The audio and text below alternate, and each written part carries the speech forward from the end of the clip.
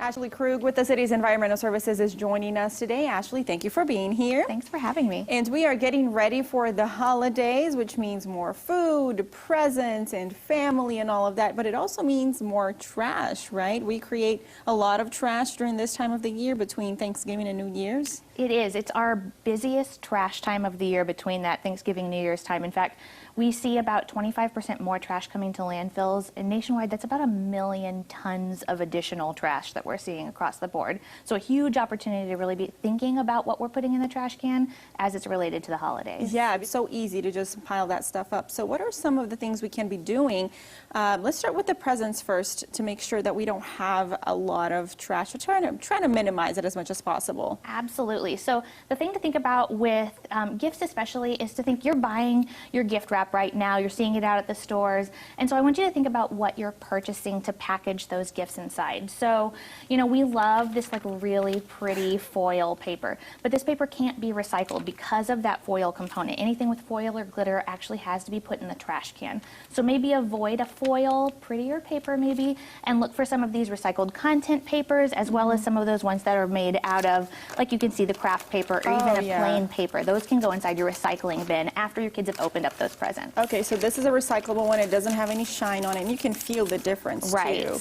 Yeah, and this is also not recyclable with the glitter on there, so this would go to the trash can. All right. And even thinking about things, so this is an example. My sweet aunt last year made us gift bags, so we can use these again. This was for my husband, and I'm going to wrap one of his presents in it this year. So it's something that I can use time and time again. The bubble wrap too, that's not recyclable, so avoid those. So you want to avoid them if at possible. Obviously, we can always ask for maybe paper wrapping inside of our packages. Now, styrofoam can be recycled inside our community. It can go to our electronics recycling centers, but they do have a fee associated with that. So it's $5 for as much as you bring in. If you bring a truckload or if you bring this one piece, it's going to cost you $5. But if you're getting a new TV, you're going to see a lot of this coming in. And so thinking about the ways that we can maybe avoid putting that in the trash can and instead have it be recycled.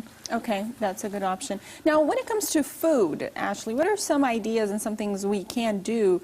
Because that is something that we know we make so much food for the holidays, and especially now this year, maybe you're having a smaller party, but you know it's hard to make less food. So what are some ways we can avoid just making too much food and wasting that too? Absolutely. So especially this year, I think a lot of us are changing the way that we may be doing Thanksgiving. We're having a smaller one with just our family, and so there's a really great tool online called the Guestimator, and you can find that through the Save the Food Project, and it essentially allows you to say, I'm going to make all of these different dishes, and I'm going to have this many people, and I even want this much leftovers, because we all know we want leftovers at the end of it too. And so it's going to tell you, then you need this much to go shopping for, and it's really useful to help us to prepare, especially when we're used to having those, you know, 20-person Thanksgivings. We're probably not having that this year, and so that lets you really pare down your recipes but still enjoy the holiday. What about decorations, decor? What do we do with it after the holidays? Absolutely. And so the big ones people think about are tree recycling,